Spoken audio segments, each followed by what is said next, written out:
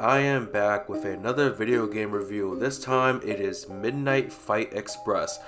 This game just dropped on Game Pass, and the best way that I can describe this game is, I guess, the John Wick game that we never got. It is a top-down, beat-em-up style kind of game, and the controls are fairly simple, as well as the story for the most part. Your character is known as Babyface, kind of similar to John Wick's Baba Yaga, nickname thing. And your character is being interrogated by two cops trying to find out what happened on this night. There's no voiceovers in the game, so you have to read everything, which at first was a bit of a problem, but for a game that's an independent project, not really a big deal. I don't remember the name of the cops because I don't really give a shit.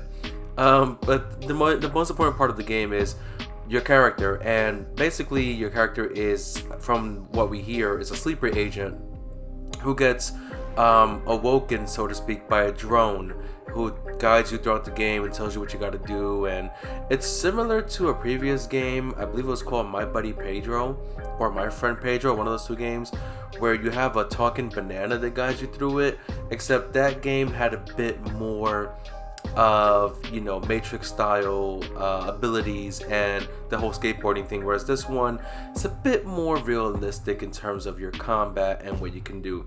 Now, as I mentioned before, you have pretty simple controls. You have one button to fight, one button to dodge, and one button to block.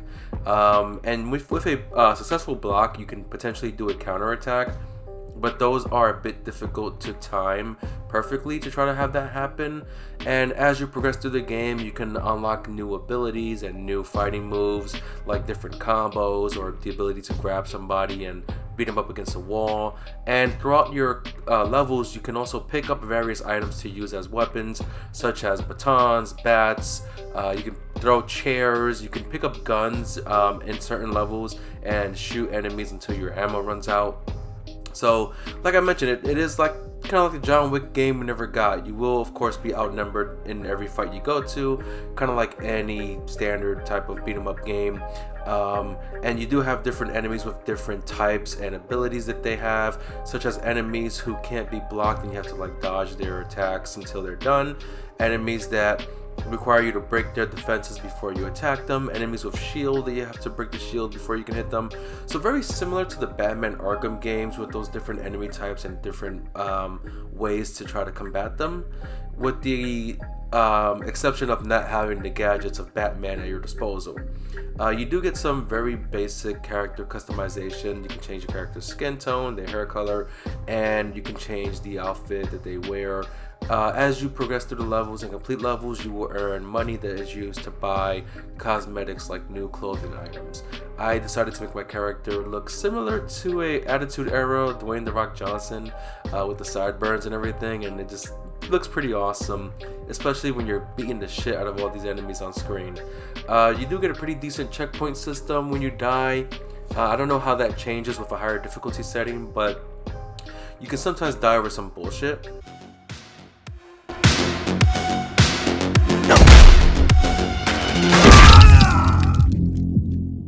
But thankfully, you don't have to restart the whole level, and as I said, that could change on a higher difficulty setting. I'm not exactly sure, but you do pretty much start from that last checkpoint, which typically happens each time you enter a new room or a new area.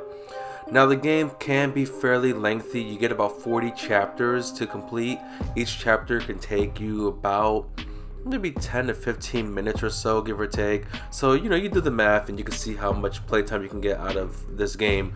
After completing a level, you do have the option to replay the level with additional challenges that they will provide for you to complete. I haven't tried any of those yet. I've only did about 5 chapters so far, and that kind of gave me enough to see what the game has to offer for the most part. Now, I'm sure there's going to be some other surprises that they will add along the game.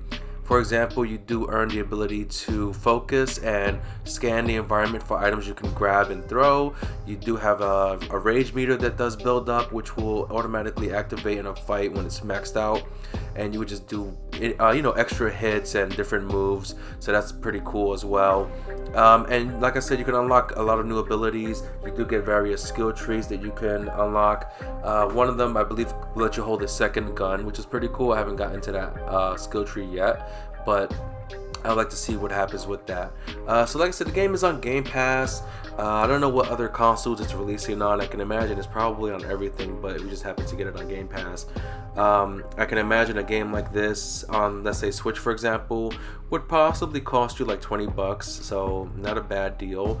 And the game was a lot of fun. For what I played so far, I'm definitely going to go back and play it even more, try to complete the game, see what other surprises await.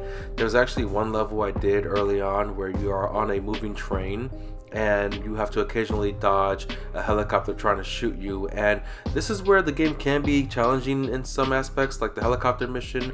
If you get shot by the helicopter, you will die in one hit, and you have to simultaneously fight the bad guys in the view, so you have to dodge and hit and dodge. So it can be a lot of fun, but also you got to strategize and really use your head on how you're going to get past some of these levels.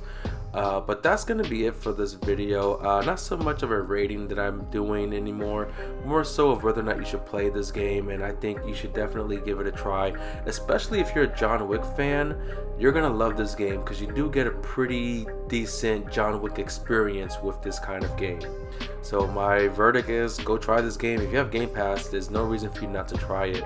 Go ahead and try it. The install size is not large at all. It won't take very long to download, and you're gonna have a good time with this game, honestly.